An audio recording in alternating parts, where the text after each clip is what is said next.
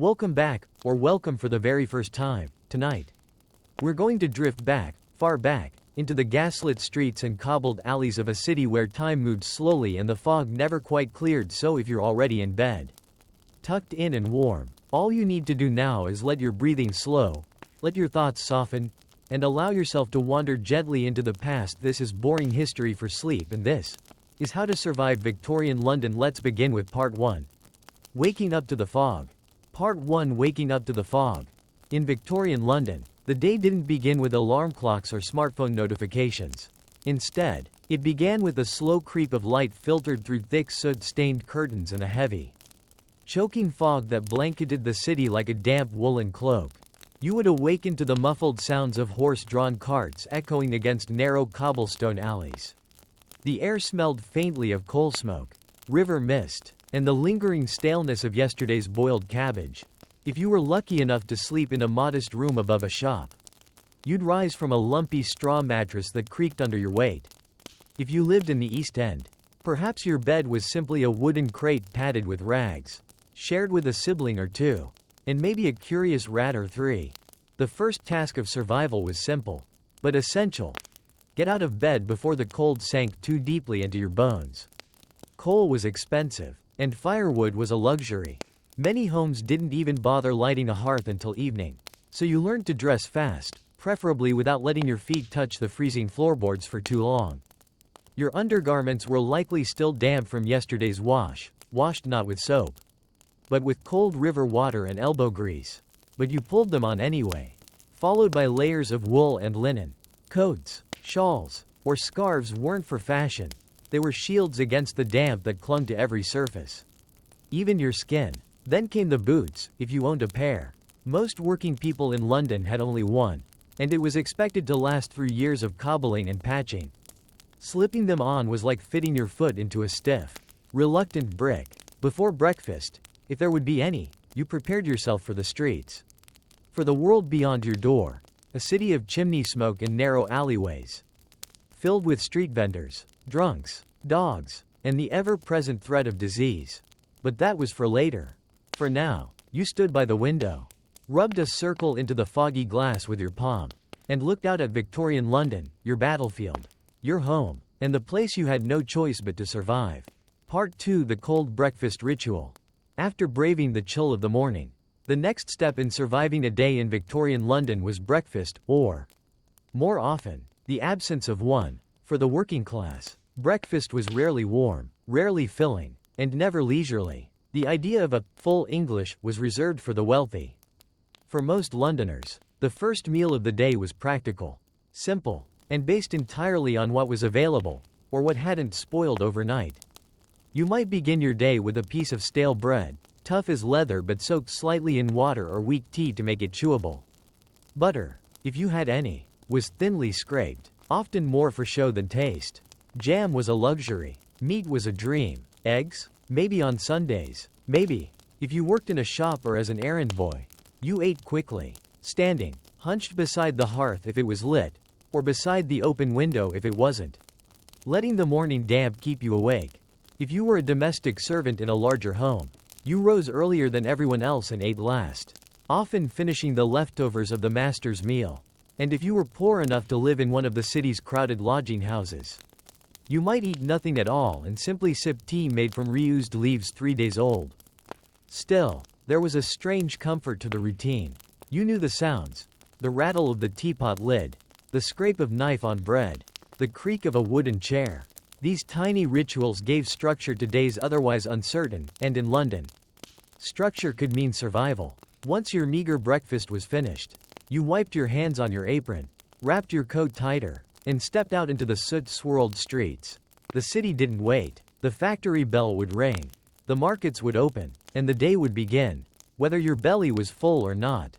And so, with chilled fingers and an empty teacup, you joined the march of millions through the morning fog, one more soul trying, quietly and patiently, to survive another day in Victorian London. Part 3. Navigating the morning streets. Once you stepped outside, the world of Victorian London did not welcome you gently. The morning streets were narrow, wet, and filled with a symphony of uncomfortable noises, creaking wagon wheels, distant hammering, barking dogs, and the occasional cry of a newsboy calling out the morning headlines with a voice already hoarse. The cobblestones beneath your feet were uneven and slick, and if it had rained, which it often had, you needed to watch every step to avoid slipping into one of the countless puddles of sooty water.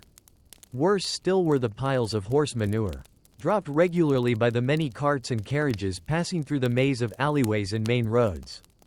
The fog, of course, was always there, thick and yellowish from the coal smoke that never seemed to stop rising. It clung to your skin, your clothes, and even your eyelashes. Some mornings, visibility dropped so low you couldn't see more than a few steps ahead, making it easy to bump into strangers, posts, or open cellars that waited like hidden traps. You learned to walk with a cautious rhythm, neither too fast nor too slow. Too fast, and you might trip or draw attention. Too slow, and you'd be in someone's way or fall behind the day's demands.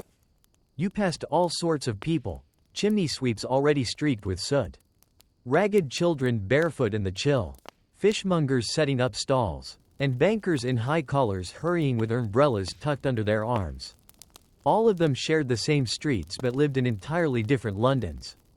One important rule for surviving the streets was not to stare. Eye contact could be mistaken for a challenge or an invitation.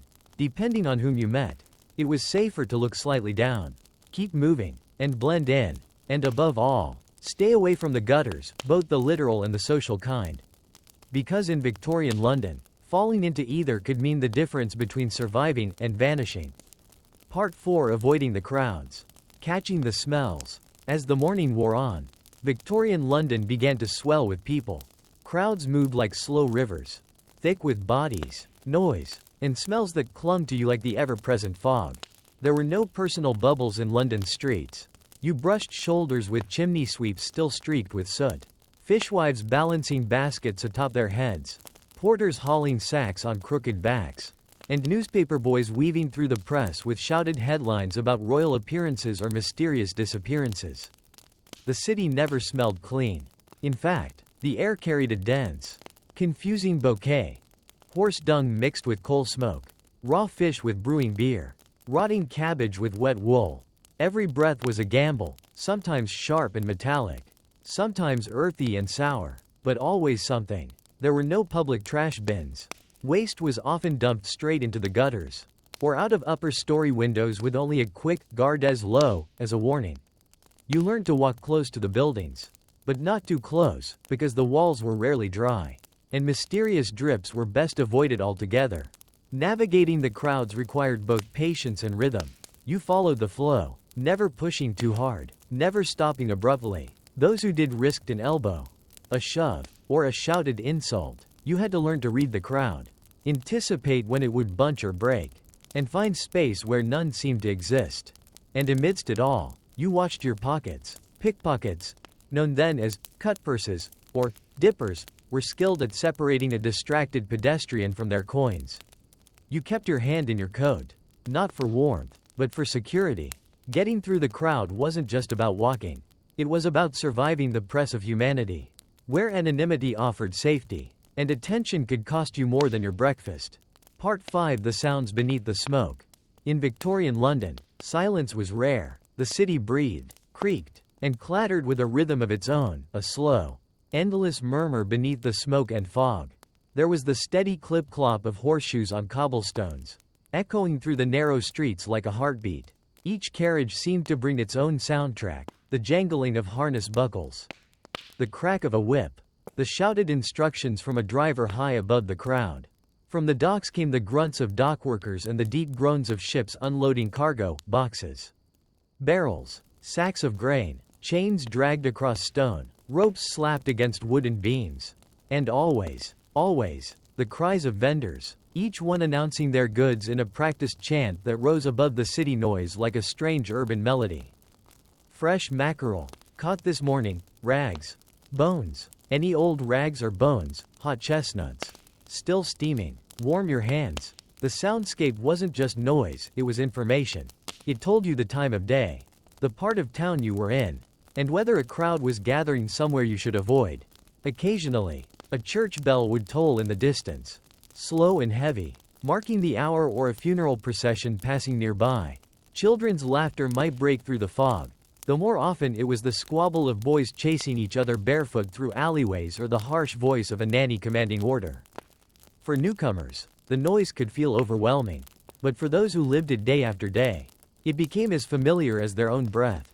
You learned to listen for what mattered: the shouts of a factory foreman, the whistle of a constable, or the bark of a dog that didn't sound friendly. In a world without headphones or earbuds, you couldn't tune it out, only tune yourself into it. The city spoke constantly, and if you hoped to survive Victorian London, you had to learn to hear what it was trying to tell you. Part 6: The Public Loose and Private Dread. Eventually, and inevitably, nature called, and in Victorian London, answering it was a matter of strategy, patience, and very low expectations. There were no private bathrooms for most city dwellers. The idea of an indoor toilet was still something reserved for the wealthy. And even then, it was often little more than a wooden box over a hole, tucked into a corner of the house. For the common Londoner, the options were limited. Public facilities did exist, but they were rare, often fee-based, and not particularly clean. A penny might get you entry to a public convenience, one of the new innovations championed by sanitation reformers. These facilities were functional but hardly luxurious: rows of stone stalls, dim lighting, and a constant, unforgettable smell of dampness and disinfectant. Most neighborhoods had a shared outhouse, a single wooden shack in a yard behind a row of tenements, used by dozens of families. These privies were cleaned, occasionally, by the night soilmen, workers who removed the waste under cover of darkness and carted it away to the edge of the city. Their job was unpleasant, but oddly essential. The worst option was the most common: finding a corner and hoping no one noticed. Children, laborers, and even adults resorted to alleyways, gutters, and stairwells. It wasn't ideal, and it certainly wasn't hygienic. But it was life. The city's stench wasn't an accident, it was built into its infrastructure. Women faced greater difficulties. Modesty made privacy even more precious, and many endured discomfort rather than risk shame. Some carried small portable urinettes hidden in their skirts, which speaks volumes about just how inventive survival could be. Hygiene was a constant challenge. There was no soap waiting by the sink, because there was no sink. Hands were wiped on aprons, coats, or simply not at all.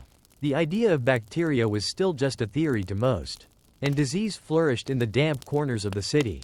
To survive Victorian London, one needed to master not only the art of where to go, but when, how, and above all, how to forget what you saw when you got there. Part 7: Crossing the Street Without Regret. In Victorian London, crossing the street was not an idle activity, it was a calculated risk. Streets were not yet designed with pedestrians in mind. There were no painted crossings, no traffic lights, and certainly no guarantees of safety. Instead, the roads were ruled by chaos. Horse-drawn carriages, delivery carts, omnibuses, and coal wagons rumbled through at unpredictable intervals. The wheels clattered noisily over the cobblestones, often slick with rain or worse. Horses snorted, slipped, and occasionally panicked, turning a simple crossing into something far more dangerous. The first rule of street survival was look both ways, twice. Not only for oncoming traffic but also for runaway carts or boys on velocipedes, the early, clumsy version of the bicycle, whose lack of brakes made them a menace to everyone, including themselves. If you were elderly or carrying goods, you had to wait for a rare pause, or hope for the mercy of a driver willing to slow his horse. Sometimes, a kind stranger might offer a hand. More often, you'd have to wait near the curb as dirty water splashed up from puddles, soaking the hem of your skirts or the cuffs of your trousers. Crossing at certain locations meant navigating wide boulevards without central refuges. Mid-street safety islands did not yet exist. Instead, you threaded yourself between vehicles and horses, trusting your instinct more than your eyesight, especially when the ever-present fog turned the street into a shadowy blur. And the smell, that too had to be endured. The middle of the road was where refuse collected. A soup of rainwater, manure, dead rats, and household runoff lingered in shallow ruts, emitting a stink that curled into your nostrils and settled there. But there was pride in surviving the crossing. Making it from one side of Fleet Street to the other without being clipped by a wheel or sprayed by muck meant you were a true Londoner. You had mastered a small part of the city's madness. And, as with all things in Victorian London, you didn't celebrate. You simply straightened your coat, wiped your shoes on a patch of curb, and carried on like nothing had happened at all. Part 8: Finding work, if you could. In Victorian London, survival was rarely comfortable and never guaranteed. But nothing shaped your odds more than work. And finding it was a job in itself. There were no job websites or agencies with friendly receptionists. Instead, the hunt for employment began on foot. With tired shoes and tired eyes, you walked the streets, stopping at shopfronts, warehouses, and factories, asking the same weary question again and again: are you hiring? For most, work wasn't a career, it was a chore, a necessity, and often an endurance test. The lucky ones found consistent labor: dockhands, candle makers, seamstresses, or coal porters. The less lucky took whatever they could get: sweeping floors, delivering parcels, hauling goods, or spending long hours bending over in match factories, breathing toxic fumes. If you were a child, work began early. Boys climbed inside chimneys. Girls threaded needles until their fingers bled. It was simply how things were. No school bell interrupted the rhythm of labor. And few questioned whether children should be working at all. Women, especially widows, often took in laundry or sewing, their rooms filled with the steam of boiling water and the sharp scent of soap. Their hands chapped and raw. They were paid pennies. A missing button could mean losing the client. Men competed fiercely for spots in the line at the docks or outside factories each morning. If you were strong and looked eager, you might be picked. If not, you simply waited, or went hungry, or both. Being unemployed wasn't just unfortunate, it was dangerous. Without work, you couldn't afford rent, coal, or bread. You might be forced into the workhouse, a last resort feared by almost everyone. There, families were separated, meals were rationed, and every task was done under watchful, unsympathetic eyes. But if you were lucky enough to find work, and strong enough to keep it, then you earned something more than just money. You earned another day, another warm drink, another reason to wake up tomorrow. In Victorian London, that was sometimes all the victory you needed. Part 9: The Factory Bell and the Endless Day.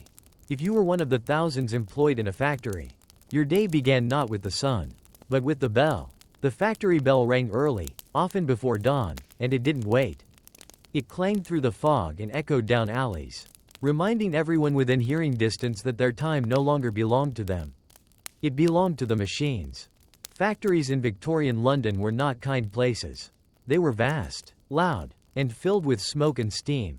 The walls were made of soot-streaked brick, the windows often broken or covered in grime, and the floors slick with oil or dust or worse. You would enter through a heavy wooden door, join the line of weary workers, and take your place at your station. The machines were already moving, enormous, hissing things of iron and gear. Their rhythm was relentless. Your job was to keep pace. If you worked in a textile mill, your task might be threading looms or watching for tangles. If in a match factory, you dipped sticks in phosphorus, careful not to breathe too deeply. In a printing house, you sorted paper, stacked it, inked presses, all day, every day. There were breaks, technically, but they were short and unpaid. You brought your own food, often bread or cold potatoes, and ate quickly in a corner or by a window if there was one. Noise filled every moment, the clatter of gears, the slap of leather belts, the whistle of steam. You shouted to speak, and sometimes, you didn't bother trying at all. By the end of the day, your ears rang as if the machines had moved inside your head. Accidents were common: hands crushed, hair caught in cogs, backs twisted from lifting. If it happened, work stopped only briefly. The injured were carried out. The machines rolled on. Still, the factory meant wages, and wages meant survival. So you endured. You bent to your task. You watched the shadows shift on the wall, counting the hours until the bell rang again, this time to release you. But even then, you didn't celebrate. You left quietly, coated in soot and fatigue, and stepped back into the fog. Tomorrow would come quickly. The bell never rang late. Part 10: Lunch in the Shadows. By the time midday arrived, if you were lucky enough to notice it, you might have a brief pause for something that resembled lunch. Meals in Victorian London were rarely grand, especially for the working class. Lunch wasn't about enjoyment, it was about calories and quiet. It was stolen time, a short, blessed gap between hours of labor or walking or waiting. If you worked in a factory, you took your lunch wherever space allowed, on a bench, against a wall, or huddled on the cold ground near a boiler for warmth. If you were outdoors, a porter, messenger, or market seller, you leaned against a lamppost or sat on a crate, eyes darting between bites to make sure no one else was eyeing your bread. The food was humble, often a chunk of bread, a piece of cheese, and perhaps an onion or some salted fish. Maybe cold meat from the day before, if there was any. It came wrapped in old newspaper or a scrap of cloth, and it was eaten without ceremony. If you had a few extra coins, you might buy something warm from a street vendor. Hot pies, boiled eels, roasted chestnuts, simple, salty things that filled the belly and lingered on the fingers long after. Street food was everywhere, and not always safe, but warm food was worth the risk. Water wasn't always trusted, so tea was common, weak and lukewarm, poured from a battered tin flask. Sometimes it was just hot water with a memory of leaves. Still, the warmth mattered more than the flavor. Conversations during lunch were hushed. No one wanted to waste their breath. People chewed slowly, stared ahead, and saved their strength. Some used the few minutes to mend a tear, wrap a bandage, or close their eyes. Others just watched the street go by. Then, before long, it was back to work, or to searching for it. The lunch break ended not with a bell, but with the steady return of movement, feet on cobblestones, carts creaking past, and voices rising again above the smog. In Victorian London, even a midday meal was an act of endurance, a quiet moment of stillness before the city demanded more. Part 11: The Street Vendors and Their Songs. As the afternoon wore on, the streets of Victorian London became a stage, not for musicians or actors, but for the countless vendors whose voices filled the air with strange, rhythmic chants. They were everywhere. Men, women, and children pushing carts, carrying baskets, or balancing trays filled with things you might want or desperately need. They didn't just shout, they sang. Their cries were a kind of music, raw, repetitive, oddly soothing after a while. Hot pies, meat or eel, watercress, fresh picked, any old iron? Rogs and bones, muffins and crumpets. Muffins hot, each had their root and their voice. You could recognize them by sound before you saw their face. The fishwife's bellow, the muffin man's bell, the rag and bone man's drawn-out call like a dirge. It was a kind of acoustic map of the neighborhood. Some vendors sold necessities, others, small indulgences, roasted nuts, baked apples, pickled whelks in little glass jars. Everything was portable, everything could be eaten standing up.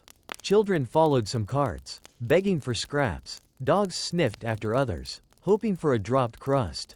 And for many, these vendors were lunch and dinner, cheaper and more honest than the overcrowded taverns and soot-dark cookshops.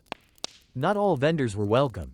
Some were accused of blocking streets, shouting too loudly, or peddling spoiled goods. Constables would occasionally move them along, but they always returned. The streets were their livelihood, and the people relied on them more than they admitted. You didn't need a shop to sell in London, just something to sell, a loud enough voice, and strong enough legs to keep walking. And walk they did, from dawn to dusk, through fog, through rain, through the press of people and wheels and smoke. Their cries became the lullabies of the city, rough, repetitive, and familiar. To live in London was to know them, and to survive London was to sometimes be one of them. Part 12: The Air You Learned to Breathe. In Victorian London, the air itself was an adversary, ever present, unavoidable, and woven into every breath you took. It wasn't clean, it wasn't fresh, it was thick with coal smoke, chimney soot, fog, and the invisible sigh of thousands of cook fires and gas lamps.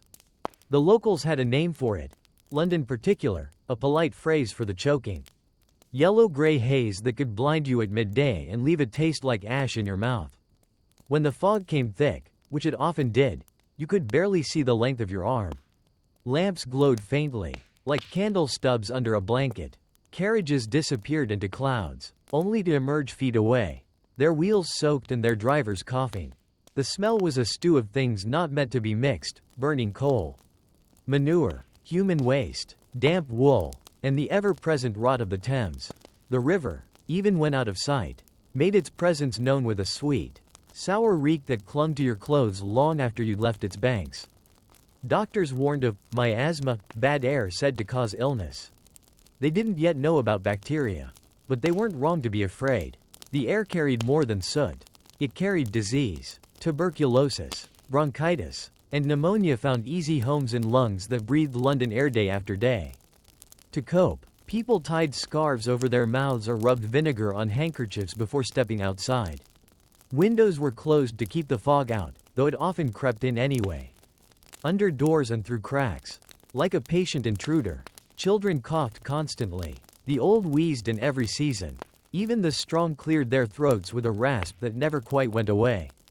But over time, you adjusted. Your nose stopped noticing. Your lungs toughened. The fog stopped feeling like an enemy and started feeling like part of the city, something you moved through. Like the crowd or the noise. In London, the air didn't just surround you. It shaped you. And to survive, you didn't need to fight it, only to breathe carefully. And keep walking. Part 13: A visit to the apothecary. If illness found you, and in Victorian London, it often did, your first stop wasn't a hospital. It was the apothecary. These shops were a mix of medicine, mystery, and mild chaos. Rows of wooden drawers lined the walls, each labeled in faded gold paint: laudanum, camphor, rhubarb root, mercury salts. Glass jars held powders, dried herbs, odd oils, and strange animal parts steeped in liquid. Some remedies worked, others simply promised to. You'd step into the dim light, greeted by the musty scent of dried leaves, ink, and the faint tang of vinegar. Behind the counter stood the apothecary, part pharmacist, part herbalist, part folk magician, who asked only a few questions before recommending something with absolute confidence. Headaches were treated with willow bark or chalk. Coughs, syrup made of licorice, turpentine, or opium, sometimes all three. Toothache, clove oil. If you were lucky, a hot poker. If you weren't, most medicine was homemade. Pills were rolled by hand, powders wrapped in paper, and mixtures poured into small brown bottles with hand-scrawled labels like, "Take 1 spoonful at dusk." Dosing was vague, side effects were rarely discussed, and the concept of clinical trials was a century away. Laudanum, a mix of alcohol and opium, was handed out for everything from sleeplessness to melancholy. It dulled pain, softened the edge of life, and quietly hooked thousands in its gentle, velvet grip. Apothecaries also sold beauty creams, hair tonics, and digestive waters of questionable origin. Their shelves held dried leeches in jars and pamphlets warning of humors and bile. But to the desperate, it was all worth a try. Going to the apothecary didn't guarantee health, but it gave you hope, or at least something to hold in your pocket as the fever raged or the cough deepened. In a city where hospitals were feared and doctors expensive, the apothecary was where survival often began, with a brown bottle, a dusty room, and the quiet promise that maybe, just maybe, it would help. Part 14: The water you hope not to drink. In Victorian London, finding a drink of water wasn't a matter of turning a tap. It was a decision, one that could affect your health, your comfort, or your future. The Thames, wide and mighty, flowed through the heart of the city. But it was no friend. By mid-century, it had become a vast, open sewer, household waste, industrial runoff, and raw human sewage poured into it daily. On hot days, it didn't just smell, it boiled with filth. And yet, people still drank from it. Not directly, of course, but many water companies, eager to serve a growing population, pulled water from the river, filtered it, barely, and piped it to homes and public pumps. Disease followed. Cholera, dysentery, typhoid. Illness ran hand in hand with thirst. If you were cautious, you drank tea instead. Boiled water made it safer. The leaves added flavor. It was warm, familiar, and often cheaper than beer. Yes, beer. Even children drank it, because it was sometimes safer than the water. Public fountains existed, carved from stone and sponsored by charities. But they weren't everywhere. In crowded neighborhoods, you waited in line at a shared pump, filled your jug, and hoped that what came out was clear and didn't smell of eggs. Some people carried vinegar to mix with water, believing it killed illness. Others let water settle overnight, hoping the sediment would sink. But mostly, you just drank what you had and trusted your gut to survive it. Rainwater, collected in barrels, was prized, though often shared with birds, rats, and the occasional dead leaf. It had a fresher taste, at least, and was used for tea, washing, or cooking broth. If you were wealthy, you might have a cistern or even your own filter system. But if you were like most, water came with risk, and thirst came often. To survive Victorian London, you didn't need to find perfect water. You just needed to find enough that wouldn't kill you too quickly. Part 15. Lodgings for a penny. Privacy not included. At the end of a long day, when your legs ached and your lungs were heavy from soot and fog, the question still remained: where would you sleep? For the working poor of Victorian London, the answer was rarely at home, in the way we think of it. Instead, it was a room, often shared, often damp, sometimes just a space on the floor or a bench, rented by the night. The cheapest were penny lodgings. For a single copper coin, you could claim a spot in a crowded room filled with other tired souls. Privacy was non-existent. You might sleep on a wooden shelf, shoulder to shoulder with strangers, or hang forward by your arms over a rope strung across the room, a practice so common it earned the name a rope sleep. For 2 pennies, you could lie flat. For 4, you might get a cot. But regardless of the price, the conditions were always the same: cramped, noisy, and filled with the sense of unwashed bodies, cheap tobacco, and stale bedding. Bedbugs were standard, so were fleas. You didn't complain. You simply learned how to brush them off or scratch quietly. The sound of coughing was constant, as was the occasional muttered dream, drunken snore, or shout from someone mid-nightmare. If you had a bit more money, you might rent a room in a boarding house. These were slightly cleaner, with shared cooking spaces and thin walls. Entire families often lived in single rooms, separated from neighbors by nothing but a curtain or a blanket nailed to the frame. Washing facilities were minimal: a tin basin, perhaps, and a shared outdoor privy. You heated water over a fire if you had time. Most nights, you simply went to bed as you were, hoping sleep would come before the cold did. Yet even in such conditions, there was routine: a candle, a cup of weak tea, the careful untying of boots, a moment of stillness before the world returned again in 6 hours' time. To survive Victorian London meant learning to sleep where and when you could, and finding rest even in the presence of strangers, in the creak of floorboards, and in the sighs of the city settling in for another night. Part 16. Washing when you could. Cleanliness in Victorian London wasn't a daily expectation, it was a luxury. And often, a challenge. Bathing at home was rare, especially for the working class. Most homes didn't have plumbing, and bathtubs were considered extravagant. Instead, people washed using a basin and jug, typically kept in a corner of the room or beneath the bed. Water was heated over the fire, if you had fuel, and poured into the basin. From there, you did your best with a rag, a sliver of soap, and a few spare minutes. Full baths were reserved for special occasions, illnesses, or when the smell became too much even for yourself. If you wanted something more thorough, you could visit a public bathhouse, where, for a small fee, you might enjoy a real soak in hot water, after waiting your turn, of course. Bathhouses were segregated by gender and filled with echoes, dripping water, shuffling feet, the low murmur of tired conversation. The water wasn't always clean, and neither were the tubs. Still, compared to washing in cold water from the pump, it felt like a small miracle. For many, Saturday night was the traditional time for a weekly wash.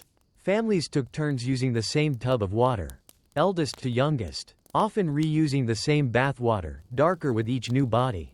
Infants were usually washed last, floating like little boats in lukewarm gray water.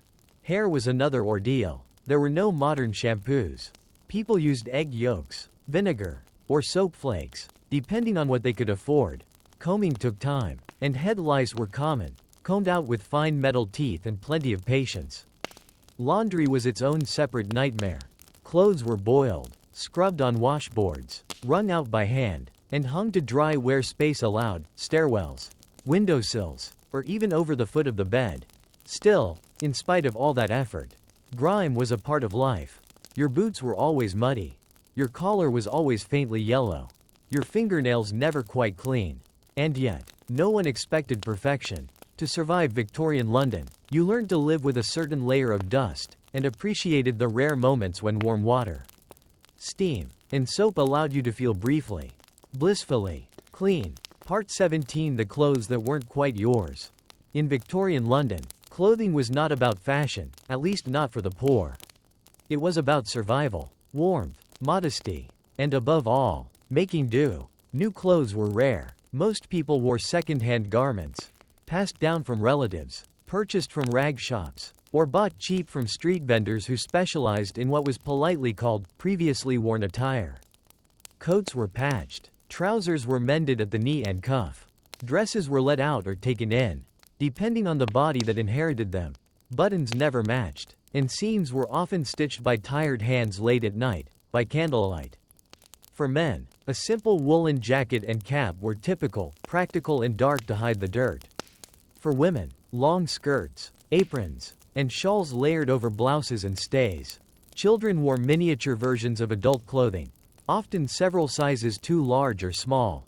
You didn't have a wardrobe, you had one set of everyday clothes. And perhaps a second set for Sunday if you were lucky. And laundry wasn't frequent. Clothes were worn again and again, spot cleaned when necessary, and hung to air out between wears.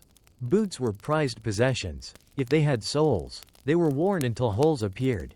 Then came the newspaper stuffing, the awkward limp, the slow grind toward needing a cobbler, or finding another pair secondhand. Some went barefoot. Many children did. Undergarments, shifts, drawers, chemises, were likewise stretched across time and bodies. Cleanliness depended on weather, access to water, and how well the fabric held up to boiling and scrubbing. If you were a servant, you often wore a uniform, not for dignity, but for identification. The crisp white apron or bonnet marked your station, and when you were dismissed, you returned it. It never belonged to you. Still, people took pride in small things. A polished button, a scarf pinned just so, a hat carefully brushed and shaped. In a world where you owned little, how you wore what you had became its own form of dignity. To survive Victorian London, you didn't need fine clothes. You needed sturdy ones, and the patience to wear them through mud, soot, and years of patchwork life. Part 18. The marketplaces of survival. If you had coins in your pocket, even just a few, the market was where you went. Not a clean, tiled grocery or a quiet shop with shelves. No, in Victorian London, the marketplace was noisy, chaotic, and overflowing with life. Every borough had its market, Spitalfields, Borough, Covent Garden, and smaller ones tucked into narrow lanes and side streets. Some opened at dawn, others stayed open until the gas lamps were lit, buzzing with late trade and last-minute bargains. There were no fixed prices, no receipts. You haggled, always. Sellers shouted, hands waved, crowds pushed forward. The air was thick with the smell of raw meat, fresh fish, warm bread, and ripe, sometimes overripe, produce. You had to move carefully. The stalls were tightly packed. The ground always wet, with what? You didn't always ask. Barrows blocked the way. Children darted through legs. Street dogs sniffed for scraps beneath piles of cabbage leaves and broken crates. Fishmongers stood beside barrels of eels and heaps of mackerel laid on ice, their eyes glassy and gills flared. Butchers held cleavers and wore aprons stained from morning till night. Bakers shouted about hot buns. Greengrocers sold turnips, onions, apples, and bruised pears by the pound or by the pile. A penny could buy you a hunk of bread, a cup of peas pudding, or a slice of pie if you chose carefully. A few farthings more might get you a paper cone of roasted chestnuts to warm your hands. There were also costermongers, traveling street vendors with wooden carts who sold from corner to corner, crying out their wares in rhythmic tones. Their songs became part of the city's music, as familiar as the bells or the clop of hooves. You learned to keep your purse close, your elbows ready, and your head slightly down, not out of shame, but because survival in the market wasn't about being seen. It was about getting what you needed and getting out before the crush turned cruel. To survive Victorian London meant knowing your way through the market maze, and never paying more than you had to. Part 19. The policeman on the corner. In Victorian London, the sight of a policeman, or bobby, as they were called, could bring either comfort or concern, depending on who you were, and what you were doing. The Metropolitan Police had only been formed in 1829, and by mid-century, They had become a regular part of city life. Their uniforms were simple, dark blue tunics, tall helmets, heavy boots, and a short wooden truncheon hidden in a pocket. They carried no guns, just whistles and notebooks, and they walked everywhere. The constable's job was less about catching criminals and more about being seen. They patrolled assigned beats, walking the same streets day and night. They knew the shopkeepers, the chimney sweeps, the pickpockets, and the market vendors by name, or at least by habit. Their presence deterred trouble, or tried to. But in crowded slums and foggy alleys, crime still found its place. Theft was common, so was drunkenness, street fights, and the occasional desperate act done in shadow. If you were poor, you didn't always trust the police. They were often the ones who moved you along, broke up gatherings, or reported you to the workhouse. If you were rich, you expected them to protect your property, and they did. Within reason. They weren't detectives. That was a newer idea. Most bobbies didn't solve mysteries, they simply wrote down what they saw, kept the peace, and occasionally chased a fleeing thief through a maze of lanes and over rooftops. Sometimes, they served other roles too. They helped lost children, broke up crowds, or stood watch outside dangerous buildings. At night, they carried lanterns and rattles, tapping them to announce their presence in the dark. Respect for them varied. Some were kind, others harsh, but they were constant. A silent figure at the corner, half hidden in the fog, boots polished, eyes scanning the street. To survive Victorian London, it helped to know your local bobby, or at least to recognize his rhythm. He might not always help you, but he could keep the worst of the city's dangers one step farther away, if only for an hour. Part 20: Nightfall and the Return of the Fog. As the sun dipped behind the rooftops of Victorian London, the city didn't slow down, it simply changed shape. Shadows stretched longer in the narrow lanes. The gas lamps flickered to life, one by one, lit by lamp lighters carrying long poles with flames at the tip. Their slow, steady progress cast warm halos into the mist, but the light was thin. It blurred in the fog like candlelight behind wet glass. Shops closed their shutters, carts made their final deliveries. The cries of vendors grew softer, replaced by the hum of taverns and the distant rattle of wheels fading into darkness. The night was not quiet. It had its own soundtrack, the clink of glasses in pubs, the stomp of boots on wooden stairs, and the low groans of buildings settling into themselves. The fog returned thicker than before, heavy with soot and silence, curling down chimney flues and drifting under doorways. Home, whatever that meant, was where you retreated if you could. You lit a candle, boiled water for tea if there was any, and wrapped yourself in the same coat you'd worn all day. Maybe there was a fire, maybe not. For some, night meant work, watchmen, carriage drivers, factory hands on the late shift. For others, it meant risk. The streets grew more dangerous after dark. Thieves, beggars, and the desperate moved like shadows, slipping between gaslight and alley. Children huddled closer to parents. Couples walked faster. Servants barred the back doors. You didn't linger if you didn't have to. Still, the city at night had its own rhythm, slower, dreamlike. The fog softened the edges of noise and light. Even the grime seemed quieter somehow. In your narrow room, beneath patched blankets and beside the scent of soot and old wood, you lay down to rest, body sore, lungs tight, mind weary but proud. You had made it through another day. And in Victorian London, that was enough. Part 21: The sound of rats in the walls. Even as you tried to sleep, in your cot, on your straw mat, or slumped forward over a rope in a penny lodging house, the city did not go silent. Beneath the lull of distant carts and the hush of the fogged windows, there was always one sound you could count on.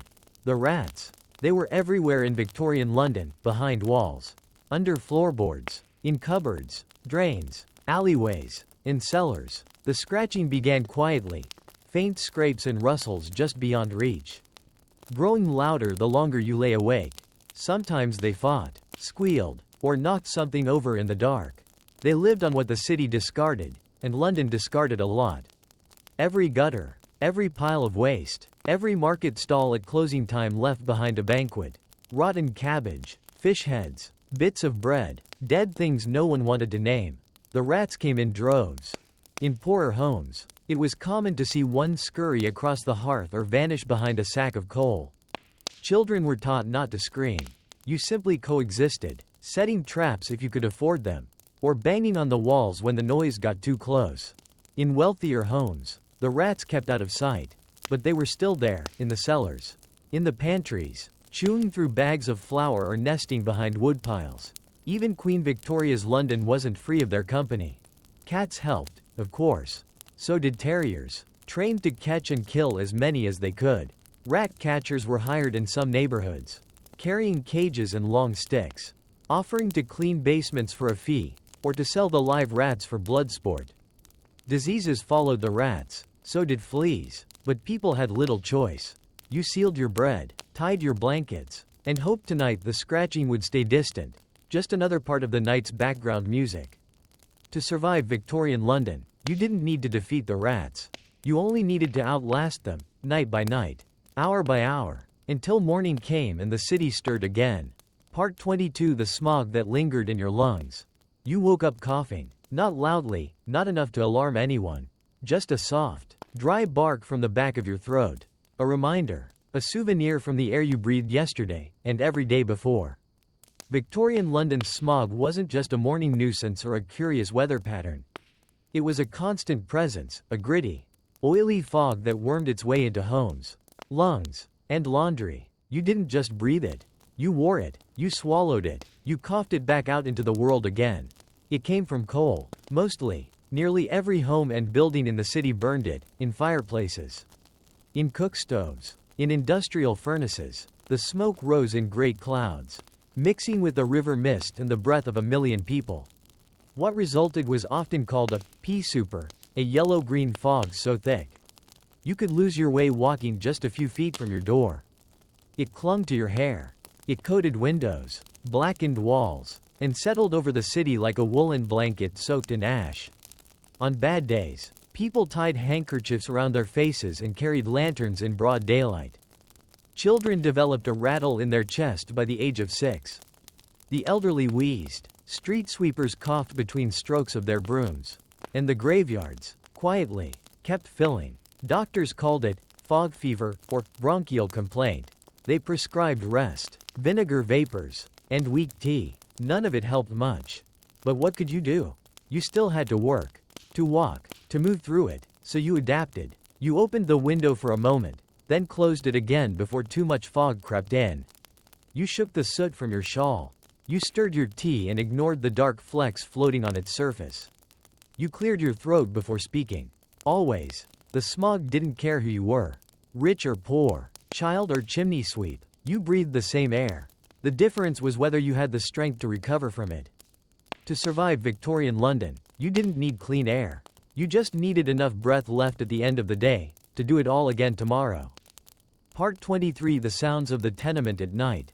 If you lived in a tenement, and millions did, then nightfall didn't bring silence. It brought a different kind of noise. A chorus of daily survival, echoing softly through paper-thin walls. Tenements were tall, narrow buildings, sliced into rooms by cheap partitions and wishful thinking. Whole families crammed into spaces the size of a modern kitchen. And above you, below you, beside you, other families did the same. There was no insulation, no quiet. You heard everything. The creak of floorboards as someone paced, sleepless. The splash of water in a basin. The murmur of bedtime prayers. A mother's hush as she calmed a crying baby. The wet cough of a grandfather who never quite got better. The soft clang of a spoon against the side of a tin cup. Sometimes laughter, sometimes arguments, often both. Doors didn't latch properly. Curtains replaced where walls should be. And if you shared a hallway toilet, or none at all, you heard the shuffle of feet at every hour. Slippers scuffing the boards. The clink of a chamber pot being emptied near a window. Mice scratched in corners. Wind howled through broken panes. And from somewhere down the alley, a cat fought something it probably shouldn't have. Despite it all, you tried to sleep. You pulled the blanket up to your chin. You adjusted the rag stuffed into the window's crack. You turned your face toward the wall, away from the faint flicker of candlelight through someone else's threadbare curtain. And the sounds kept going.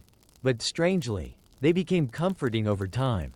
The rhythm of others, breathing, living, stirring, reminded you that you weren't alone in the struggle. That behind every cough and whispered lullaby was another soul trying to make it to morning. To survive Victorian London, you didn't always need peace and quiet. Sometimes, you just needed a wall that didn't leak, and the knowledge that someone, somewhere, was also still awake. Part 24. When the Thames rose too high.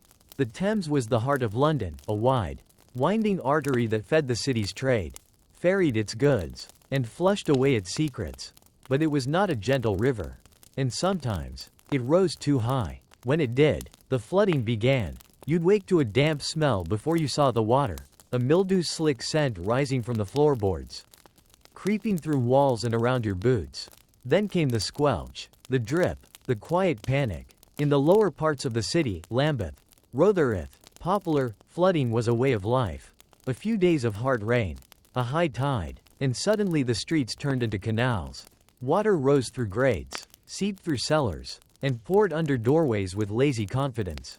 You did what you could. You propped up furniture, tied your boots with rags, and lifted bedding onto crates. Some had wooden boards to lay over the floor like bridges. Others just bailed the water out with pots, muttering as they worked. For the poor, flooding wasn't dramatic. It was just inconvenient and endlessly wet. Food spoiled, bedding soured, mold bloomed like ivy, rats grew bolder. Children played in the dirty puddles until they got sick. The Thames didn't just bring water. It brought disease. Cholera followed the flood like a second tide, especially when privies overflowed and water pumps pulled from tainted wells. The river's gifts were not kind. And yet, life continued. Shopkeepers opened anyway, their wares stacked on boxes. Street vendors wore taller boots. Workers rolled up their trousers and walked carefully, as if wading through memory. The mail still arrived, soggy letters tied with string. You learned to live around it, to recognize the signs of rising water, to mark a line on the wall and say, higher than last year, to tie up what mattered, and accept what didn't. To survive Victorian London, you didn't need to outrun the river. You just needed to keep your feet dry long enough to make it through the next storm. Part 25. The endless queue at the workhouse gate.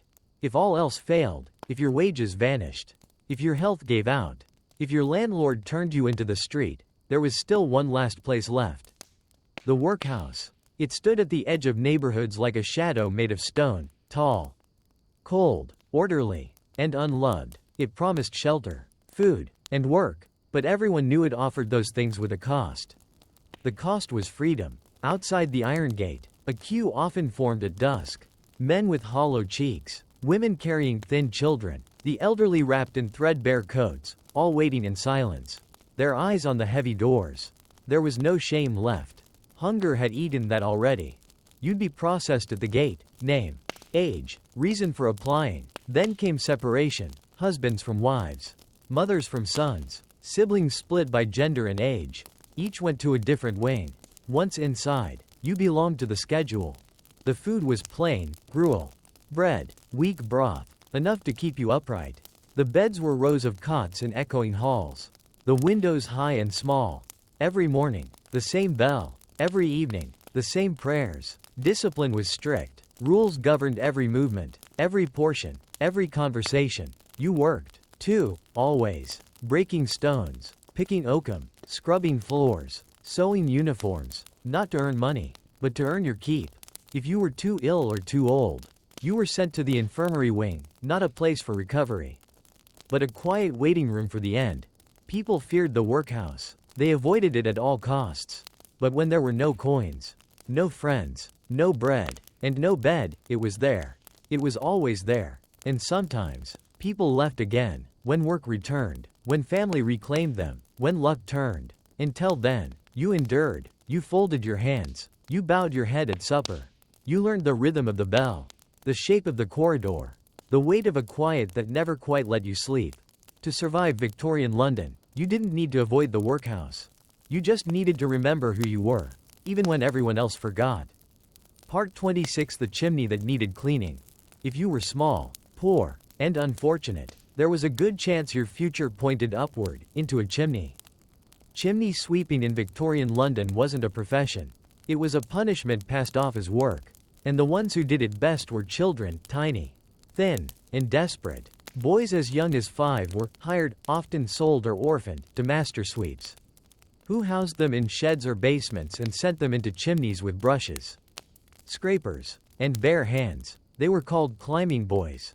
Not because they wanted to climb, but because no one else could fit. The job was simple. Climb up the soot-blackened flue, clean it from within, and come back down again. In practice, it meant wriggling through a narrow, twisting shaft, in the dark, with burning soot flaking into your mouth and eyes, lungs filling with ash and skin rubbed raw by brick. Sometimes, chimneys were still hot. Sometimes, they collapsed. Sometimes, the boys got stuck, not metaphorically, literally. And if no one pulled them out fast enough, they were gone. The lucky ones survived with burns, scars, twisted limbs, or chronic coughs that followed them into what little adulthood they might reach. Their reward? A few coins, a crust of bread, a nod from a master who'd already lined up tomorrow's flue. In time, reforms came, slowly. The Chimney Sweepers Act tried to stop the use of children, to set age limits, to regulate hours, but laws were easy to ignore when inspectors didn't inspect. And desperate families said yes with empty bellies. To the rest of London, chimney sweeps were familiar shadows, boys covered in soot, faces hidden beneath caps, leaning in doorways, eyes older than they should have been. They were there at dawn, at dusk, in the corners of alleys and the edges of rooftops. And yet, they were nearly invisible. To survive Victorian London, you didn't need to be a chimney sweep. But if you were, you had to climb, breathe shallowly, and hope the soot didn't settle in your bones before you found a way back down. Part 27: The Endless Toll of Church Bells. In a city so loud, so smoky, and so filled with clamor, there was one sound that always rose above the rest, not because it was louder, but because it was constant. The bells. Church bells rang all across Victorian London, not just on Sundays, but every day, often several times a day. They tolled for time, for death, for prayer, for fire, and sometimes simply to remind people that life was still passing, one clang at a time. Big churches like St. Paul's or Westminster Abbey could be heard for miles. Their deep, resonant chimes echoing through stone streets and foggy courtyards. But even the smallest parish had its bell tower. And even the humblest bell was loud enough to make conversation pause for a moment. You learned to listen for meaning. A single, slow toll? Likely a funeral. A rapid peal? A wedding, or a fire. Noon bells meant lunch if you were fortunate enough to eat. Evening bells told you it was time to close the shutters, douse the lamp, and prepare for another cold night. For many, the bells were the only clock they had. Pocket watches were expensive, and few homes had wall clocks.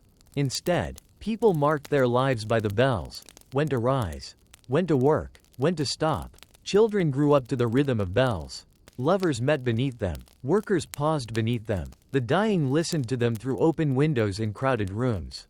The bells didn't ask questions. They simply rang. Through fog, through rain, through riots, processions, births, and burials. And even if you stopped hearing them after a while, if they faded into the background noise of hooves, shouting, and chimney sweep cries, you still felt them. In your ribs, in your shoes, in the way your day turned slightly with each chime. To survive Victorian London, you didn't need to fear the bells. You only needed to respect them, and know when to stop and listen. Part 28: Saying goodnight without lights or privacy. When night came to Victorian London, it didn't arrive with a flick of a switch. There were no lamps to dim with a knob. No glowing screens to signal the end of the day. Instead, darkness crept in slowly, and with it came the quiet rituals of saying goodnight, in rooms where privacy was a hope, not a certainty. Most homes had no electricity. Gaslight was a luxury reserved for better-off neighborhoods or public streets. Indoors, the poor relied on candles, oil lamps, or nothing at all. A single flame was often shared between a room of 5. You learned to dress and undress in semi-darkness, to fold your coat by touch, and to brush your hair by habit. Families slept in the same room, often in the same bed. Children snuggled together under thin blankets. Grandparents shared a corner with a cot and a curtain. There was no space for solitude, only corners of relative quiet. If you were boarding with strangers, saying good night meant a nod, a cough, a shuffle of blankets. Conversations ended not with farewells, but with silence slowly thickening in the air. There was no brushing of teeth, perhaps a rinse from a basin, a spit into a bucket, a wipe with a cloth. Most people went to sleep as they were, in their clothes. Or in underclothes that hadn't been washed in days. Modesty had long since made peace with necessity. You might hear a neighbor pray. Or a child ask a question. Or a kettle hiss its last sigh of the evening before the fire burned out completely. And then, darkness. Real, full, pressing darkness. The kind that made shadows stretch.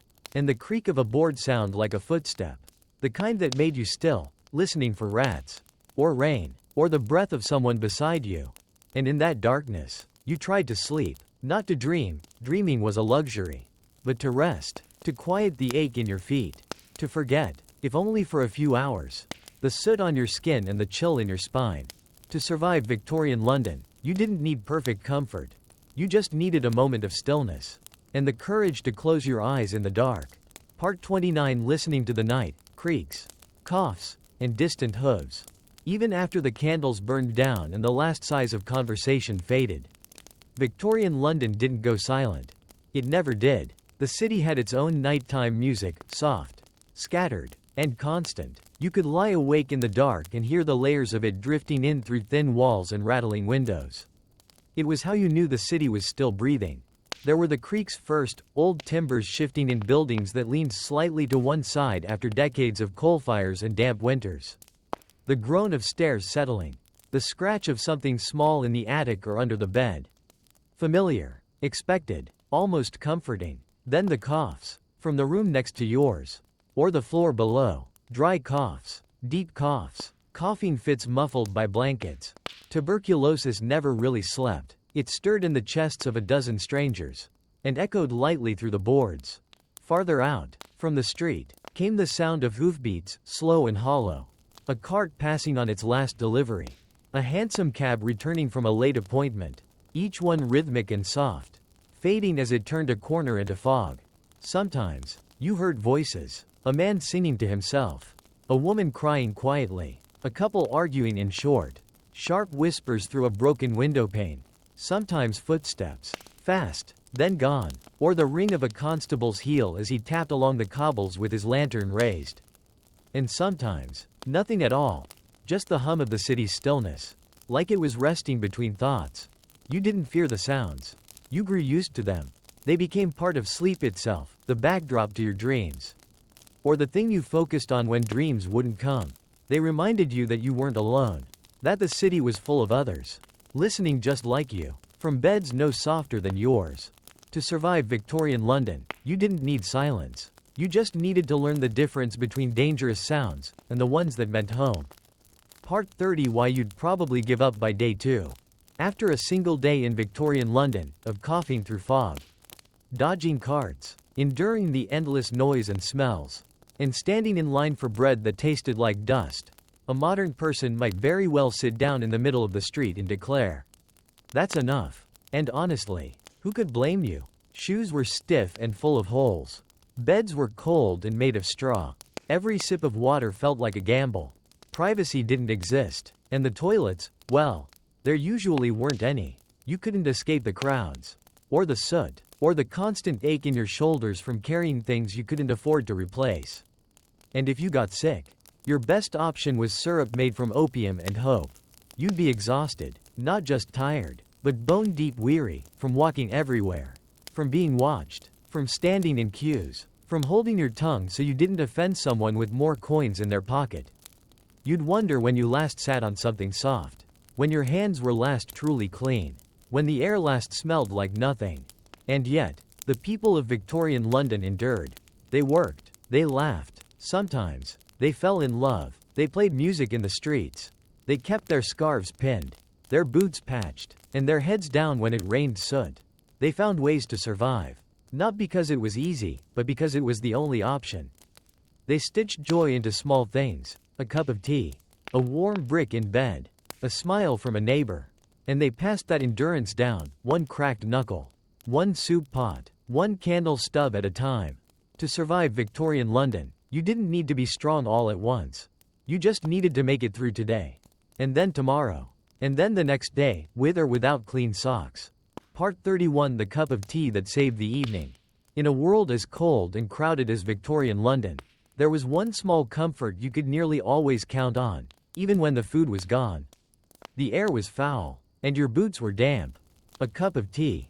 It wasn't fancy. It wasn't strong. Sometimes it was barely more than warm water passed over reused leaves with a bit of milk and the ghost of sugar. But it was hot. It was familiar. And it had the quiet power to make a terrible evening feel slightly more bearable. You brewed it in battered kettles, over tiny hearths, with coal that hissed more than burned. Some families had only one cup, passed from hand to hand, each person sipping slowly and carefully. The tea was rarely high quality. The wealthy drank imported Darjeeling and Earl Grey.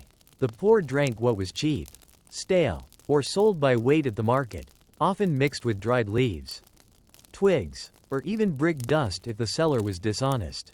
Still, it warmed the chest, and it gave people something to hold. Mothers used tea to calm fussy children. Dockworkers drank it before bed to settle the dust in their throats. Seamstresses sipped between stitches to keep their hands steady. It was a moment of pause, a kind of ritual. Simple but deeply rooted. When someone offered you tea, it meant more than refreshment. It meant you were still welcome, still included, still human in a world that often tried to strip you of those things. Sometimes there was a biscuit, sometimes only a crust of bread, but the cup was what mattered.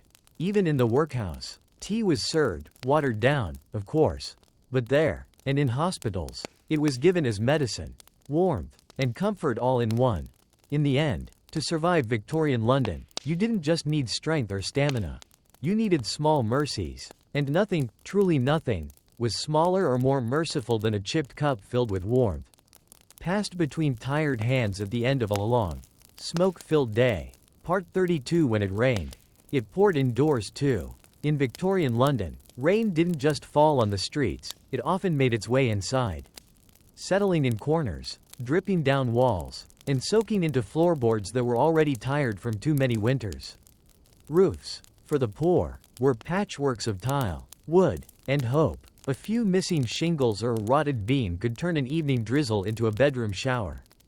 Buckets were kept handy, not for cleaning, but for catching leaks. The sound of rain on tin pots was familiar. A slow plink, plink, plink, that lasted until the container overflowed and had to be emptied into another. You didn't curse the rain. You worked around it. Damp was everywhere. It lived in the corners of windows, the backs of drawers, and the folds of your coat. Clothes never fully dried. Walls grew soft. Mildew was a roommate you couldn't evict. You knew which parts of the floor were dangerous after a storm, which boards warped, which ones shifted, which ones squelched unpleasantly underfoot. Mold climbed up wallpaper like ivy. A dry blanket was something to protect with your life. Shoes were stuffed with newspaper. Bedding was turned over nightly. And even when you hung clothes near the hearth, they never quite lost the chill. If you worked outdoors, as so many did, you simply got wet. Umbrellas were rare and expensive. Oilskin cloaks helped, but only so much. Your hair stayed damp. Your feet turned white. You learned to walk with a slight lean against the wind. And still, life went on. The markets opened. The carriages rolled. The laundry steamed in public washhouses where rain still found its way through the roof. To survive Victorian London, you didn't wait for fair weather. You learned to live in the damp, to keep a dry pair of socks hidden, to sleep on the wall side of the bed, and to listen, calmly, as the drip from the ceiling counted down the hours until morning. Part 33. The smell that never quite went away. You could get used to the fog, the noise, and even the cold in Victorian London. But the smell, that was something else entirely. It was everywhere, a constant, shifting layer of stale smoke, horse dung, boiled cabbage, coal dust, and unwashed bodies, stirred together by wind and pressed into every coat, collar, and curtain. Each neighborhood had its own variety. Near the docks, it was brine and fish and rotting wood. In the East End, it was tannery runoff and the sharp tang of overworked laundries. Near the Thames, it was everything at once, the stench of the river, sewage, and smoke settling into the bricks like memory. Inside was little better. Tenements smelled of mildew and cooking grease. Bedding carried the scent of old sweat and damp straw. Even churches, grand, quiet places, carried the musty odor of stone and candle smoke. People tried. Truly, they did. They scrubbed steps with carbolic soap, Women hung vinegar-soaked cloths near windows. Herbs were burned in pots. Lavender sachets were tucked into sleeves. But the smell always returned. Perfume, if you could afford it, masked only part of it, and sometimes made it worse. Cheap scents turned sour in the humidity.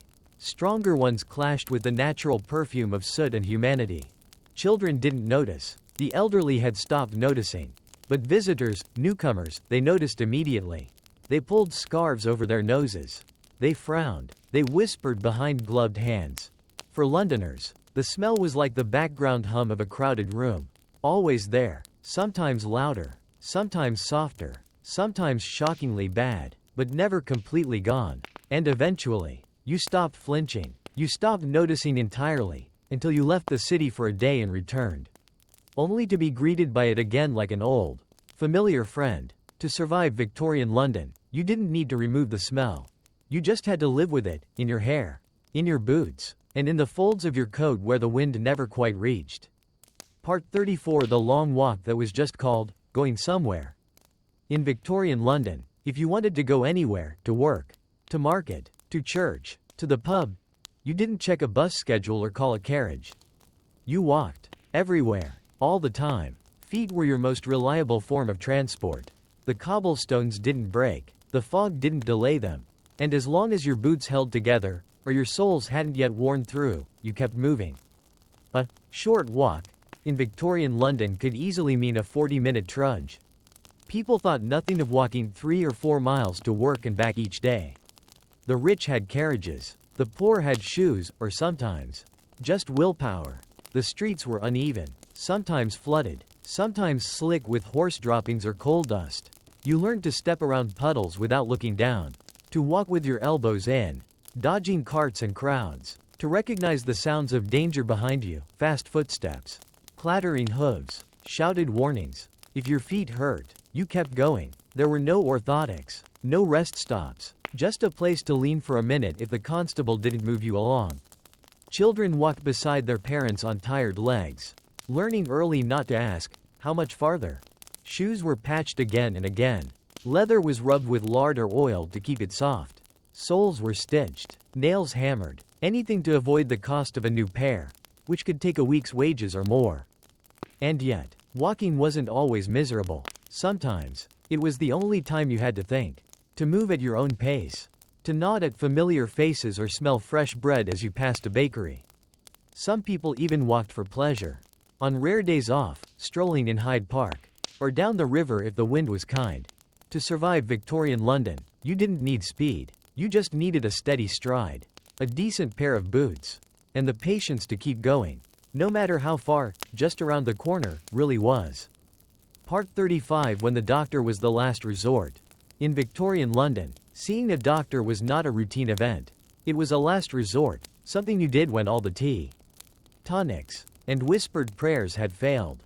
Doctors were expensive, and unless you had savings, a generous employer, or the favor of a charitable hospital, you simply didn't call one. You waited, you hoped, you treated yourself with what you had. If a doctor did arrive, he'd come to your room, carrying a black bag, a stiff collar, and an expression caught somewhere between confidence and concern. His tools were simple: a stethoscope, a thermometer, a watch for timing the pulse. The diagnosis often came in Latin. The treatment in powders or syrups. If you were lucky, it might be quinine, laudanum, or a blend of herbs. If unlucky, it might be mercury, or nothing at all. There were no antibiotics, no scans, no blood tests. Illness was guessed at, not measured, and most cures began with bed rest, broth, and an open window, unless, of course, the air outside was worse than the fever within. Surgery was a last resort. It was brutal, done with speed and very little pain relief. Chloroform was new. Sterilization was newer still. Many didn't survive the cure. Hospitals existed, but they were grim places. Cleanliness was improving by mid-century, but infection still ran rampant. Wards were crowded, linens reused, nurses overworked and undertrained, unless you were fortunate enough to be in one of the newer institutions shaped by Florence Nightingale's reforms.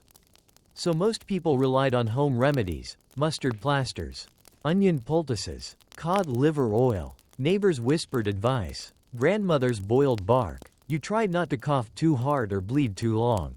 And if death came, it came quietly, in the night, in the corner of a crowded room, with no beeping machines or monitors. Just the slow fading of breath and the long silence that followed. To survive Victorian London, you didn't depend on doctors. You depended on luck, on stubbornness, and on someone to hold your hand when neither medicine nor money could help. Part 36: The newspaper that wrapped your dinner. In Victorian London, newspapers did more than report the news. They covered counters, lined drawers, blocked drafts, polished boots, and perhaps most famously, wrapped your food. Street food, sold hot and cheap, was the fuel of the working poor. You didn't sit down to eat. You didn't need plates. You needed a few pennies, a quick hand, and a square of yesterday's paper. Fish and chips, if you could afford them, were served piping hot in a newspaper cone, the ink still smudging your fingers. The vinegar soaking through. You tore off one end and ate it right there on the curb, blowing the steam from your fingertips. Roasted chestnuts came the same way, nestled in folded broadsheet. So did hot pies, whelks, fried eels, or thick slices of pudding. The paper didn't just hold the heat, it held the city, political scandals on one side, warm grease on the other. The newsprint itself was rarely read by those who used it. Most couldn't read at all. But its presence gave food a kind of dignity, a wrapping, a moment of ceremony, even if your meal lasted only a few bites. Sometimes, you'd glance at the headline while chewing, "Fire in the East End," "A Royal Appearance," or "Cholera Returns to Lambeth," all grim reminders that the world beyond your supper was still full of trouble. But for now, you had a meal, and something warm in your hands, and ink on your lips. Children collected old newspapers not for reading but for reuse, to make paper boats, to cover windows, to use in the privy when other supplies ran out. In some homes, paper became wallpaper, its fading stories curling at the corners over time. And when your food was gone, you wiped your hands on the back page and tossed the wrapper to the gutter, where it joined the rest of the city's history. To survive Victorian London, you didn't always need cutlery or a table. You just needed something hot, something cheap, and something wrapped in newsprint that smelled vaguely of both fish and yesterday's weather. Part 37: When the milk arrived questionably fresh. If you lived in Victorian London and wanted a glass of milk, you had to act fast and keep your expectations low. Milk didn't come in sealed bottles or tidy cartons. It came in metal churns, delivered by milkmen who ladled it out by the pint, often from the back of a cart that had spent hours rattling through soot, mud, and the morning fog. If you were lucky, the milk was fresh. If not, it was warm, slightly sour, and thinned with water, sometimes clean, sometimes questionable. Adulteration was common. Some sellers added chalk to whiten it, or starch to thicken it, or animal fat to give it a more convincing sheen. Still, people bought it, because they had to. Milk was essential, for babies, for tea, for porridge. You boiled it if you could. But many drank it as it came, trusting their nose and a bit of instinct. Children were often sent out in the morning with a jug, a few coins, and the hope that the milk hadn't already spoiled. They'd return, splashing it down the cobbled street with each careless step, proud nonetheless to bring it home. The rich had milk delivered directly to their doorsteps, sometimes from private dairies, with fresh straw still clinging to the bottles. The poor bought theirs in alleys or at market stalls, where the line between cow and cup was long, murky, and rarely clean. Milkmaids, women who worked in the dairies, were iconic figures in paintings and stories.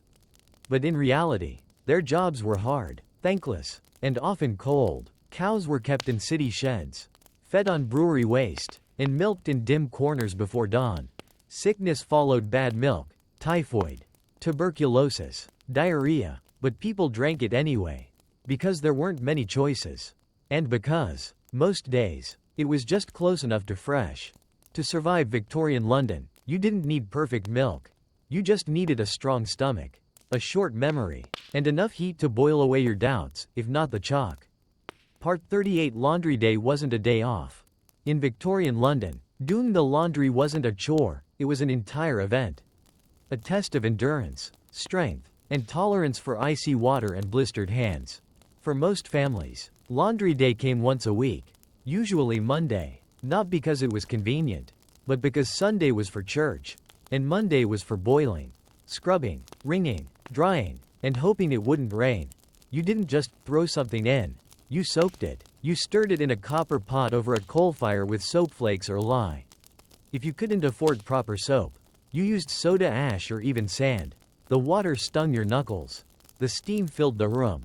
And the smell, a mix of wet wool, soap, and body, clung to everything. After soaking, clothes were scrubbed on a washboard, bent over a tub, sleeves rolled up, arms aching. The stains didn't care how tired you were. Collars, cuffs, undergarments, all demanded attention. Then came rinsing, then wringing, twisting garments by hand or, if you were lucky, with a wooden mangle that flattened everything but your expectations. And finally, the drying. Clotheslines hung across alleyways, stairwells, courtyards, or even above beds. In winter, clothes froze stiff on the line. In rain, they didn't dry at all. And if soot from a chimney blew the wrong way, back into the tub they went. Children's clothes were often made from old adult garments, patched, faded, mismatched. The goal wasn't brightness. It was clean enough and dry enough to wear before the next downpour. In some neighborhoods, there were public washhouses, where women rented tubs and space to work. They laughed, gossiped, and swapped stories over the splash of basins, a rare place where exhaustion met camaraderie. Still, by day's end, your hands were raw, your back ached, and the house smelled like boiled linen. You sat beside the hearth, sipping weak tea, staring at the line of damp clothes with pride and resignation. To survive Victorian London, you didn't need perfect whites. You just needed soap, strength, and a sky that stayed clear for one more hour. Part 39: A visit to the pawn shop, again. In Victorian London, the pawn shop wasn't a last resort, it was part of the weekly routine. A stop like the butcher or the baker, only quieter and heavier. You went there when rent was due, when someone got sick, when the coal ran low or the boots gave out or the baby needed a blanket. You went there even when you didn't want to, which was always. Most pawn shops were small, dark storefronts tucked between louder businesses. A faded sign, a barred window, and the unmistakable symbol above the door, 3 golden balls, hanging like a quiet promise. You stepped inside carrying what little you had, a shawl, a coat, a candlestick, a pair of boots, a wedding ring, items wrapped carefully in cloth, held tight to your chest as if they were still yours, which, technically, they were, for now. Behind the counter stood the pawnbroker, not cruel, but not warm either. He appraised quickly, weighed, eyed the stitching, checked for tarnish, then offered a sum, always less than you hoped. Never enough, but just barely enough to get by. You received a ticket, a narrow slip of paper with a number, a date, and the amount borrowed. You tucked it somewhere safe. The rule was simple: pay the loan back, plus interest, within a few weeks, or the item was sold. Sometimes, it was a cycle. You pawned your Sunday coat on Monday, bought it back Saturday for church, and pawned it again the next Monday. This dance went on for years. The poor didn't see pawn shops as failure. They were survival, a temporary trade, a way to turn memory into money. And maybe, if things improved, turn money back into memory. Of course, some items never came home. They waited in the glass case, tagged, silent, until someone else bought them. To survive Victorian London, you didn't need to own everything all the time. You just needed to remember where you left it, and have the strength to walk in. Look the broker in the eye, and say, just until Thursday. Part 40: The clock that didn't belong to you. In Victorian London, time wasn't always yours to keep, or even to know. Most people didn't own a clock. Pocket watches were expensive, and wall clocks were heavy things reserved for parlor rooms and offices. For the poor, time came in bells, boots, and instincts. You rose with the factory whistle or the distant peal of a church tower. You guessed midday by the sun, if the smog allowed it. You measured your shift by the ache in your back and the shadows growing longer across the cobblestones. In the tenements, if someone had a clock, it became the clock for everyone on the floor. You trusted Mrs. Baird in room 2 to shout when it was 1/2 past. You listened for the newspaper boy's cry at a regular hour. And if the milkman was late, you knew the day had begun off schedule. The city had 1,000 public timekeepers, but most were out of reach. The grand faces of Big Ben, the ticking clock above the train station, The faded dials on old shop fronts. You could see them, sometimes, but you couldn't touch them. Couldn't slow them down when you were late. Or speed them up when you were cold. Time moved with or without your consent. And the city expected you to keep pace. The factory didn't care if your neighbor's clock was 5 minutes slow. The boarding house didn't wait to lock its doors at curfew. The workhouse turned you away if you missed the evening hour by even a little. So you learned to watch the people, not the hands. The way shopkeepers tidied shelves. The timing of the gas lamps being lit. The rhythm of boots on wet stone when school let out. You kept your own clock in your mind, a quiet, internal thing that ticked through hunger, fatigue, habit. To survive Victorian London, you didn't need to own a watch. You just needed to listen carefully, watch closely, and move like someone who had always known what time it was. Part 41. The candles that ran out too soon. When the sun dipped below the chimneys and the fog swallowed the final bit of daylight. Homes across Victorian London turned to their most precious evening possession, the candle. Simple, flickering, finite. Most homes had only a few candles. Carefully rationed and used only when truly needed. One in the kitchen, one near the bed, maybe one stub saved for emergencies, kept in a drawer or tucked in a tin. Wax curled like an old ribbon. Candles weren't just light, they were decisions. Do you light one to eat dinner? Or wait until the children are asleep and you need to mend a shirt? Do you burn it tonight to finish your stitching? Or save it for Sunday when the baby's fever might return? Every hour a candle burned. It disappeared. And the flame marked not just time, but money, because wax wasn't free. Some candles were made at home, from leftover tallow, poured into old molds or rolled around string. These burned unevenly, smelled faintly of animal fat, and sputtered if the wind reached them. But they worked. In wealthier houses, beeswax candles burned longer and cleaner. Gaslight flickered in parlors, but in the poorer quarters, it was a single flame in the dark, casting tall shadows across narrow rooms. Children watched it dance. Mothers guarded it. Men squinted by it to read a borrowed newspaper or scribble a note. And when it was gone, that was the end of the day. The room returned to full blackness. You sat quietly, waiting for your eyes to adjust. You listened harder, moved slower, and tried not to stumble over the chamber pot on the way to bed. To survive Victorian London, you didn't just need a candle. You needed to know when to burn it, and when to sit in the dark and let the night pass around you. Part 42. The cries of the midnight watchman. While most of Victorian London slept, or tried to, there were always a few who kept watch. The night watchmen walked their beats beneath the flickering gas lamps, lanterns in hand, rattles clutched ready to raise alarm. Their job was to keep the peace in dark streets and alleys. To call out the time, and to warn of fires, break-ins, or other dangers. They shouted phrases like, "All's well," or "Past the hour," as they marched. Their footsteps echoing against brick and stone. Sometimes, they warned of the smash and grab thieves who prowled after midnight. Other times, they helped lost souls find their way home or chased off drunkards threatening trouble. Their rattles, wooden instruments that made a loud clacking noise, were their sirens. Raised to alert the neighborhood when something went wrong.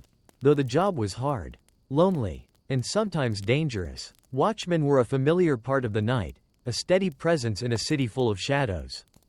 To survive Victorian London, it helped to know the sound of the watchman's rattle and the call of his voice, reassuring in the dark. Reminding you that even in the worst fog or the deepest night, someone was still watching. Part 43. The public houses and their quiet comfort. When the day's work was done, and the chill of the evening set in, many Londoners sought refuge in the familiar warmth of the public house, the pub. Pubs weren't just places to drink. They were community hubs, places to meet, to gossip, to escape the cramped rooms and damp streets for a while. Inside, the air was thick with smoke and laughter. Gas lamps cast soft light on wooden beams and polished barrels. The smell of ale, stew, and roasted meat mingled with tobacco and wood smoke. You didn't need much money to enter. A penny could buy a small glass of beer or cider. Sometimes, a friendly landlord offered a free drink to regulars or those down on their luck. Conversations ranged from politics to football, from the latest scandal to family troubles. Stories were swapped, jokes told, and sometimes, fights broken out. For some, the pub was a sanctuary. For others, it was the start of trouble. Women were often allowed, but rarely stayed long. Pubs were mostly men's territory, especially after dark. Still, mothers sometimes came for a quick drink after work or to meet neighbors. Pubs also hosted music halls, with singers and performers entertaining the crowds on small stages. These shows brought a brief escape from hardship, laughter and applause ringing loudest in the smoke-filled rooms. To survive Victorian London, you didn't just need shelter or work. Sometimes, you needed a warm fire, a cold drink, and the company of others who understood the city's hardships. Part 44: The Children of the Streets. Not all children went to school in Victorian London. Many had no choice but to grow up fast, earning their keep on the streets. They sold newspapers, ran errands, shined boots, or begged. Some picked pockets. Others scavenged for scraps in the alleyways. The city was their playground and their battleground. Child labor was common, in factories, as chimney sweeps, or working in markets. Education was a luxury few could afford, and many children learned survival instead. Despite the hardships, street children formed tight communities. They looked out for each other, shared what little they had, and created their own rules. But life was harsh. Hunger, cold, disease, and danger lurked constantly. Many didn't live to see adulthood. To survive Victorian London, these children had to be quick, tough, and clever, traits born from necessity, not choice. Part 45: The Silent Suffering of the Sick. In Victorian London, illness was not only common, it was often silent and unseen. Diseases like tuberculosis, cholera, and typhoid spread quietly through crowded homes and filthy streets. People hid their sickness, fearing shame or loss of work. Homes lacked proper ventilation and sanitation, making recovery difficult. Families cared for the ill with limited knowledge, often relying on home remedies and prayers. Hospitals were overcrowded and feared, so many suffered in silence at home until the end. To survive Victorian London, you learned to hide your pain, to carry your illness as quietly as possible, and to hope for mercy in the midst of hardship. Part 46: The Fire That Could Change Everything. Fires were a constant threat in Victorian London, with wooden buildings packed tightly together. Flickering candles, open hearths, and coal fires. A single spark could ignite devastation. Many neighborhoods experienced devastating blazes, reducing homes and shops to ash overnight. Fire engines were primitive, and organized firefighting was still developing. When fire broke out, people rushed to save what they could: belongings, children, memories, while smoke and heat filled the air. Fires could mean loss, but also opportunity. Rebuilding brought new jobs and sometimes better housing. To survive Victorian London, you needed to be ready to run, to lose, and to rebuild, all in the same breath. Part 47: The Pigeons That Ruled the Skies. Pigeons were everywhere in Victorian London, on rooftops, in alleyways, and in the great public squares. They weren't just birds, they were part of city life, messengers, pets, and sometimes nuisances. People fed them scraps, while others considered them dirty carriers of disease. Pigeon keeping was a hobby and sometimes a source of food. Racing pigeons soared above the fog, while street vendors sold pigeon pies. To survive Victorian London, you learned to live alongside the pigeons, ignoring their coos and droppings as part of the city's soundtrack. Part 48: The Markets at Dawn. Before the city fully woke, the markets were already alive, bustling with early risers setting up stalls and laying out goods. Vendors shouted their wares, carts rumbled down narrow streets, and the smell of fresh bread mingled with fish and spices. The dawn market was a chance for the poor to find the freshest food at the best price, but also a place to avoid crowds and noise later in the day. To survive Victorian London, catching the markets at dawn meant you could shop with less competition and maybe, just maybe, find something worth buying. Part 49: The Letters You Hope to Receive. In Victorian London, letters were a lifeline, connecting families, lovers, and friends across distances and hardships. Mail was delivered by foot, horse, and train, often slowly and unpredictably. People waited anxiously for news, good or bad, and treasured each written word. A letter might bring hope, support, or a reminder of home, or it might bring sorrow, debts, or silence. To survive Victorian London, you learned to cherish the letters, keeping them safe, reading and rereading their fragile pages in the dim light of a candle. Part 50. The morning you finally felt like a Londoner. After 50 parts of fog, soot, crowds, and endless days, there might come a morning, quiet, pale, and slightly sunlit, when you finally felt it. You belonged. Not because the city was clean or kind, but because you had learned its rhythms, its sounds, its smells. You navigated the streets without fear. You knew when to dodge the carts and when to stand still. You sipped tea with steady hands, slept through the rat noises, and smiled at the market vendors by name. You were part of the great, grinding, smoke-wreathed machine that was Victorian London, and you had survived. That morning, you weren't just passing through. You were home. And with that, the story ends, not with a flourish, but with a slow, steady breath. Because in Victorian London, survival wasn't about escape, it was about endurance.